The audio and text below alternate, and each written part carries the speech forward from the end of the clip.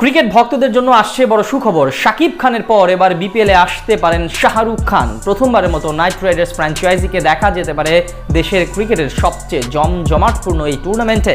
2026 মৌসুমে ভক্তদের জন্য আসছে বেশ কিছু নতুনত্ব। শাকিব খানের মতো বিপিএলে শাহরুখ খানের মালিকানাধীন নাইট রাইডার্স ফ্র্যাঞ্চাইজির আগমন নিয়ে বিস্তারিত রিপোর্ট। গত বিপিএলে প্রথমবারের মতো ফ্র্যাঞ্চাইজি মালিকানা নিয়ে চারদিকে তোলপাড় সৃষ্টি করেছিলেন দেশের সিনেমা জগতের সবচেয়ে বড় মেগাস্টার শাকিব খান। প্রথমবার অংশ নিয়েই ভক্তদের মন জয় করে নিয়েছিলেন তিনি, কিন্তু এবার আসতে পারে আরো বড় চমক। আগামী বিপিএলে দেখা মিলতে পারে শাহরুখ খানকেও। 5 মাস বাকি থাকতেই দেশের ক্রিকেটের আলোচনার টেবিলে হট টপিকে পরিণত হয়েছে বাংলাদেশ প্রিমিয়ার লিগের দ্বাদশতম আসর। টুর্নামেন্ট ঘিরে বেশ কিছু নতুন সিদ্ধান্ত আনতে যাচ্ছে বিসিবির নয়া সভাপতি আমিনুল ইসলাম বুলবুল। 2025 মৌসুমে মাঠ ও মাঠের বাইরে ছিল বেশ কিছু বিতর্কিত ঘটনা, যা নিয়ে নেতিবাচক আলোচনা হয়েছিল চারদিকে।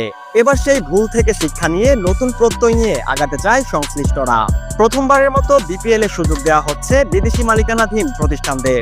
গত আসরে পেমেন্ট ইস্যু নিয়ে বড় রকমের ঝামেলা সৃষ্টি করেছিল দুর্বার রাজশাহী ও চিটাগাং কিংস। তাই এবার তাদের বাদ দিয়ে ভিন্ন পথে হাঁটছে বিসিবি।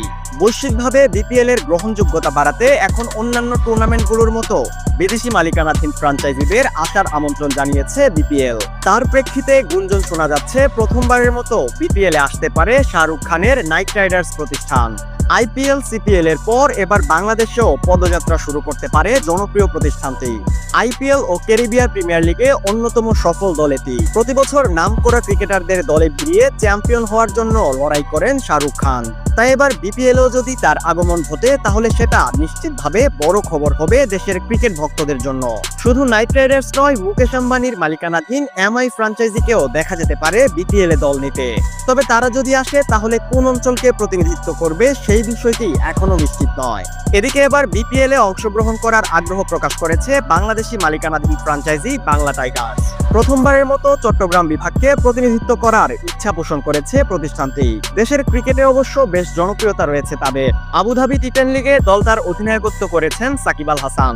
এছাড়া মুসাদ্দেক হোসেন সৈকত, সাব্বির রহমান কিংবা নুরুল হাসান সোহানরাও মাঠ পাতিয়েছেন তাদের হয়ে। এবার বিপিএল-এ নতুন দল হিসেবে আলোচনায় আছে নোয়াখালী রয়্যালস। মেঘনাপাড়ের প্রতিনিধিত্ব করার জন্য ইতিমধ্যে বিসিবির কাছে ব্যাংক গ্যারান্টি প্রদান করেছে লন্ডন ভিত্তিক একটি প্রতিষ্ঠান। এদিকে বিপিএল এর ম্যানেজিং বিষয়ে আসছে বড় পরিবর্তন। প্রথমবারের মতো টুর্নামেন্টটির ম্যানেজিং ভার দেওয়া হবে বিদেশি কোম্পানির হাতে। সাথে এবারের আসরে সবকিছু থাকবে বিশ্বমানের ব্যবস্থাপনার আদলে। চলতি বছর নভেম্বর থেকে ডিসেম্বর মাসে মাঠে গড়াতে পারে টুর্নামেন্টের 12তম আসর, যেখানে পুরনো 5 দলের সঙ্গে যুক্ত হতে পারে নতুন 2টি ফ্র্যাঞ্চাইজি। সাথে ঢাকা, চট্টগ্রাম এবং সিলেটের সাথে বাড়তে পারে নতুন একটি ম্যাচ ভেন্যু।